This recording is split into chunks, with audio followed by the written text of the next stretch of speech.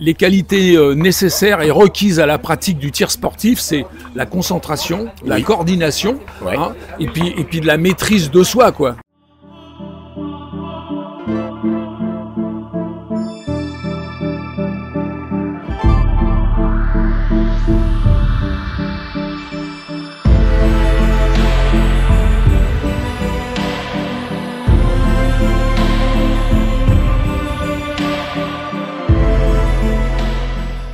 Direct de Gamefair, Monsieur Alain, tir groupé. On va faire du tir groupé ensemble. Absolument, ouais. Ah, il y a intérêt. Tout à fait. Je suis ravi parce que finalement, c'est vrai que ce rapport qu'on a à l'arme à feu est pas toujours si évident. Pour autant, je pense que philosophiquement, on a toujours été des chasseurs et des cueilleurs. On a ça en nous. On a un plaisir à avoir une continuité au bout de notre main, finalement d'un outil qu'on peut appeler une arme aujourd'hui, mais qui est certainement un outil. Ouais. Alors, le sujet est vaste si on parle d'armes, parce que nous on a choisi de faire un sport avec ce qui peut s'apparenter comme étant des armes, hein, notamment des fusils issus à la base des fusils de chasse, mais ce sont des fusils de sport, c'est-à-dire qu'ils sont beaucoup plus lourds qu'un fusil de chasse, parce qu'on se promène pas dans les ronces avec, hein, ni dans un labour, on est sur des pas de tir, et puis plus le fusil est lourd et moins on sent le recul. Alors nous, on a choisi de pratiquer un sport avec des fusils qui effectivement à la base pour être des armes. Mais si on veut aller par là, par extension, les gens qui pratiquent les arts martiaux, c'est des armes qu'ils ont dans leurs mains. Exactement. Hein. Donc voilà, hein, ce sont des gens à qui on apprend à se maîtriser, à se concentrer. Ben nous, c'est pareil. Hein, les qualités nécessaires et requises à la pratique du tir sportif, c'est la concentration, la coordination, hein, et puis de la maîtrise de soi, quoi. Voilà, c'est ça. Alors bien évidemment, pour pratiquer le tir à haut niveau, il faut une bonne forme physique, il faut de la technique, et puis après il faut un mental, mais ça c'est comme dans tous les sports. Bon, c'est vrai qu'aux Jeux Olympiques, je crois qu'on a un grand sportif qui est le roi du tir, bien évidemment.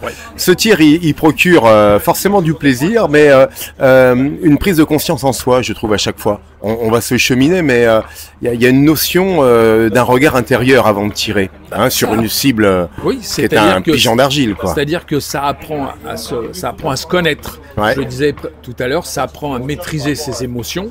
Hein, voilà, tous les gens qui sont licenciés, que ce soit la Fédération française de tir, qui regroupe les disciplines olympiques du ball-trap, mais aussi le tir aux armes de poing, le tir à la carabine, ou la Fédération française de ball-trap, parce qu'on a deux fédérations en France. On a la FF Tir, qui regroupe les disciplines olympiques du ball-trap, et ensuite on a la Fédération française de ball-trap, donc qui regroupe les disciplines de ball-trap qui ne sont pas olympiques. Voilà. Donc, quelles que soient les disciplines, en tous les cas, ça apprend à se connaître, ça apprend à se maîtriser, et puis à contrôler, à avoir une certaine gestuelle. Les premières règles, hein, les fondamentaux du tir déjà, c'est le maniement de son arme. C'est quelque chose qui peut devenir dangereux si on a un geste inconsidéré. Hein, la mise en sécurité, elle est fondamentale. Donc il y a toute une gestuelle voilà, à maîtriser dès le départ. Ce ball-trap, justement, il a une origine, quoi. C'est, on en connaît compliqué. Alors, il y a plusieurs explications qui ne sont pas toutes réellement fondées ou vérifiées. Hein, on dit que déjà Buffalo Bill, il faisait des shows en son temps, il envoyait des petites billes de verre avec des confettis dedans et qui tirait au pistolet. Bon, alors, ça serait l'origine. On parlait du plateau d'argile, mais ça fait des dizaines et des dizaines de décennies que les plateaux sont plus en argile. Ça a évolué évidemment. Hein. Nous, parmi nos principaux partenaires, on a le groupe Laporte, qui est le premier fabricant mondial de lanceurs de ball-trap et de cibles. Bon, alors, ça répond à des directives européennes, la fabrication des plateaux. Hein, c'est-à-dire, autrefois, c'était du brai de houx, il y a 50-60 ans, qui était un matériau quand même relativement cancérigène. Maintenant, c'est biodégradable. Depuis 35-40 ans, ça a été du brai de bitume associé à du calcaire, hein, pour le rendre plus cassant, plus friable. Et puis là, maintenant, depuis une petite dizaine d'années à peine, on a encore une nouvelle catégorie de plateaux qui, là, est 100% écologique. C'est un mot à la mode, l'écologie. Mais enfin bon, il a son importance ici. Voilà, c'est un matériau qui est une espèce de résine, hein, et qui rejette absolument rien dans la nature. Ce qu'on utilise ici, là, sur le Gamefair, parce que on est situé sur une carrière, hein, c'est le parc équestre fédéral ici, hein, toutes les grandes compétitions internationales de chevaux se déroulent ici. Donc là, ça fait partie du cahier des charges. 0 plomb, 0 bout de plateau, 0 rien du tout. C'est pour ça qu'il y a quelques milliers de mètres carrés qui sont entièrement couverts. Exactement. Voilà. Dis-moi Alain, on peut démarrer avec quel âge finalement le ball trap? On peut être gamin parce que c'est vrai que c'est un rêve d'enfant aussi pour le plaisir de tirer, là aussi de se concentrer. 12 ans, 14 ans, c'est un âge où on peut commencer à tenir un fusil? Ouais, j'ai envie de dire c'est surtout lié à une question de corpulence. Ouais. On peut très bien avoir un enfant de 14-15 ans qui est tout fluet et pas épais, ouais. Et puis à l'inverse, un 11-12 ans qui est un peu costaud. Donc voilà, ouais. C'est plus ça, à ça que c'est lié. Parce qu'un fusil, ça recule quand même. Ouais. C'est un poids aussi. On est sur une arme qui pèse. Ça 3,5 kg. 3,5 kg jusqu'à 4 kg.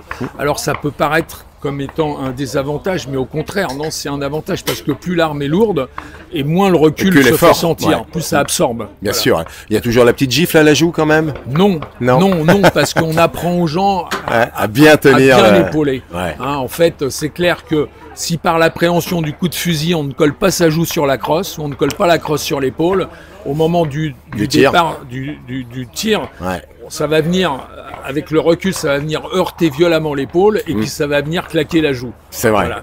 Bon, un sport, on l'évoque ici au Game Fair qui a toute sa plénitude. Hein, on entend là au loin pour nos voisins là-bas. Les voisins là-bas, ça tire.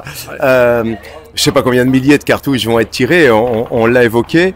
On voit bien que ça fait partie finalement d'une tradition au-delà même de la chasse, hein, pour terminer ce regard sur le ball trap. Oui, et puis il faut dire que jusqu'à maintenant, le ball trap était réservé un peu à une espèce d'élite, quand je dis d'élite entre guillemets, de gens qui avaient un certain don, un certain talent pour le tir, ce qui fait qu'il y avait un fossé énorme entre le monde de la chasse et le monde du tir. Bon voilà.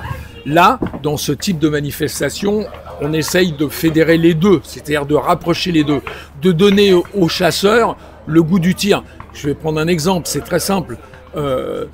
Il doit y avoir encore au jour d'aujourd'hui 1,1 million, 1,2 million de chasseurs. Il y a à peine 30 000 licenciés du ball trap. Vous voyez l'écart ? Effectivement, ouais.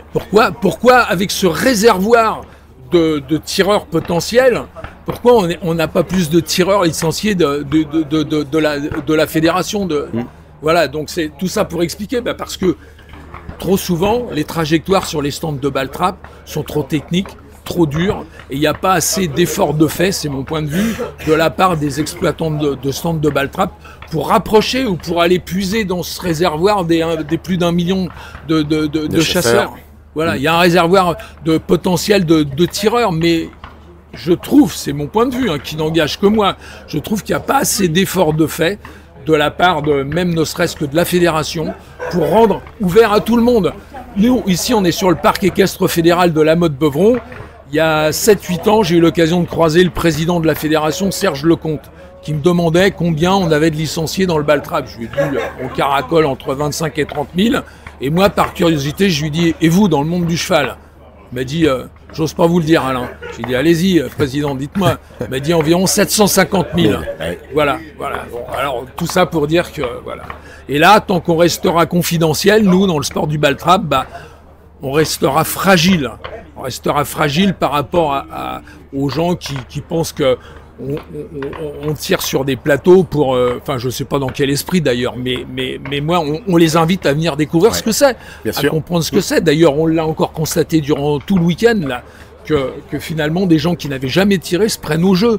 Ils se rendent compte qu'il y a une discipline sur un pas de tir, on se comporte pas n'importe comment avec un fusil, enfin voilà quoi. Exactement, voilà. Prise de conscience. On boit tes paroles, cher Alain, ça fait vraiment plaisir. Justement, c'était finalement une évidence quand il a fallu connecter cet espace de ball trap à la Game Fair à l'origine. On se rappelle des premiers jours? Oui, alors à l'origine, moi j'ai été d'abord j'étais le bras droit d'un monsieur à qui je rends un grand honneur quand même, qui a eu l'idée, qui a été un tireur de haut niveau, il a été champion d'Europe de parcours de chasse, et qui un jour a trouvé que le ball trap n'était pas assez médiatisé. Donc pour ce faire, il s'est dit, il faut séduire, et pour séduire, il faut changer les codes.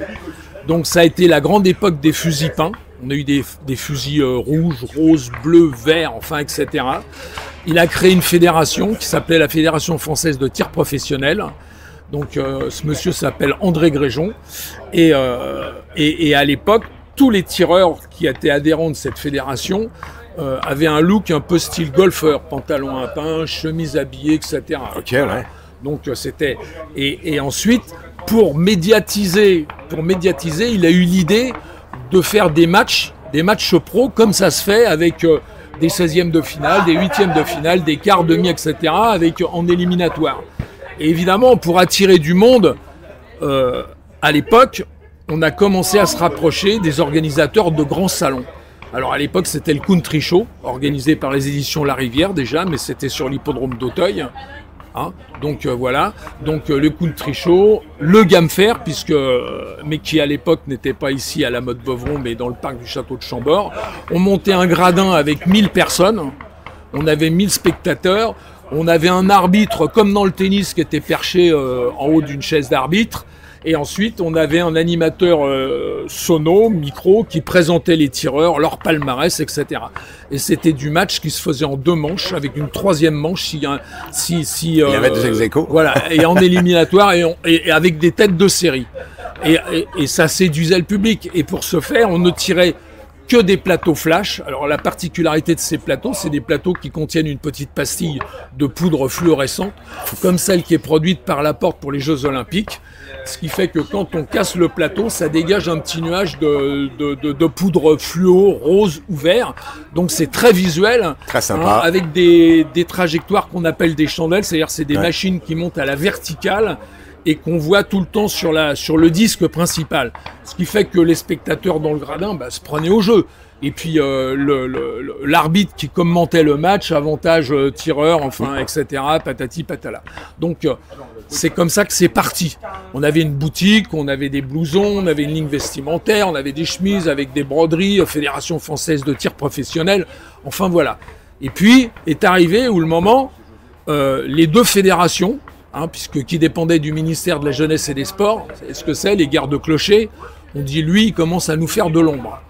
Il commence à nous faire chier parce que on avait des gros partenaires. On avait Renault, on avait une compagnie aérienne, South African Airways, on a eu le groupe Digital Équipement, enfin bref, on a eu Aigle, enfin on a eu des partenaires prestigieux. Renault nous filait 2-3 espaces neufs tous les ans. Enfin voilà, en tout cas, on avait des camions pour trimballer la logistique.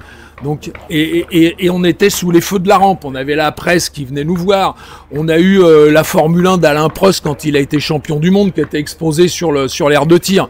On a fait les animations Baltrap pendant le Grand Prix de Magny-Cours, quand on avait Renault, enfin, qui motorisait Williams, Benetton, enfin, etc. Alors qu'est-ce qui a fait qu'il y a eu un déclin? Donc le déclin, c'est qu'à un moment donné, les 2 autres fédérations, elles ont fini par avoir la peau de la FFTP, de la Fédération française de tir professionnel, parce que nous, on restait une petite fédération un peu marginale. Par contre, on occupait tout l'espace médiatique. Et ça, à un moment donné, ça leur a déplu aux autres. Donc voilà, il y a eu une procédure qui était un peu compliquée, puisque les fédérations, elles sont attachées au ministère de la Jeunesse et des Sports. Et à un moment donné, on a été obligé de fermer le rideau. Voilà, c'est comme ça que ça s'est terminé. Dommage. C'est dommage. C'est là qu'à partir de ce moment-là, moi en 95, j'ai repris le flambeau. J'ai repris le flambeau modestement en créant donc tir groupé. Tir groupé. Voilà. Alors plus modestement parce que je me suis dit je vais pas encore me réexposer pour voilà. Mais bon, par contre on a continué sur cette lignée, faire de l'événementiel, créer des événements de toutes pièces. Voilà. Bravo. À la carte, sur mesure, etc. pour des sociétés. Donc on a la semaine prochaine, on est dans le parc du château de Janvry. On fait l'assiette d'or. On va fêter les 30 ans de l'assiette d'or d'ailleurs cette année. C'est au moment où le groupe Pernod Ricard s'est séparé d'Orangina. Ils ont voulu redorer l'image du Ricard. Donc on a créé un événement donc, en 95 où des grands étoilés de Paris, des grands restaurants étoilés de Paris étaient invités. Parce que, et puis voilà, c'est parti. Donc en 95, il y avait 30 personnes, maintenant il y en a 800. Voilà. Et nous, on en fait tirer environ 300, 340 entre 8h du matin et 13h et scoré avec un score. Voilà. Quelle aventure en tout cas, on pourrait en écrire un livre quasiment, voire oui, 2. Oui, ça. Et puis évidemment, on en parlait tout à l'heure avec des gens qui sont venus me voir. On a fait des événements dans les ruines du château d'Espalion. J'en ai créé sur une péniche à Paris, vraiment du ball trap, du vrai ball trap sur une péniche incroyable. À Paris. Je ne sais pas si aujourd'hui j'aurai encore les autorisations. On en a fait dans une discothèque dans les Yvelines à Gambais le lundi sur une piste de danse extérieure où on faisait 170, 180 couverts le soir, mais avec un petit trophée de ball trap. On l'a fait au sport d'hiver, à Avoriaz pendant le festival du film d'Avoriaz, on en a fait à Courchevel pendant le trophée des champions. Enfin bref, on a fait du ball trap partout où nous a été donné l'occasion d'en faire à chaque fois, en montrant qu'à chaque fois, c'était un sport à part entière, qu'on pouvait faire de l'événementiel, qu'on pouvait avoir des gens qui se comportaient avec des fusils comme outil de sport et non pas... Voilà. Bon, en tout cas, un grand plaisir. Merci Alain pour ce témoignage parce que il nous ouvre des voies et les champs des possibles. Bon, à bientôt sur un stand de tir. Ma passion, c'est au moins d'essayer de contribuer modestement à donner une autre image que celle que trop souvent on nous colle, on nous étiquette, et fusil, machin, blabla, etc. Alors effectivement, mais bon, voilà. En tous les cas, merci de m'avoir accordé ce petit instant-là. Tir groupé. Voilà.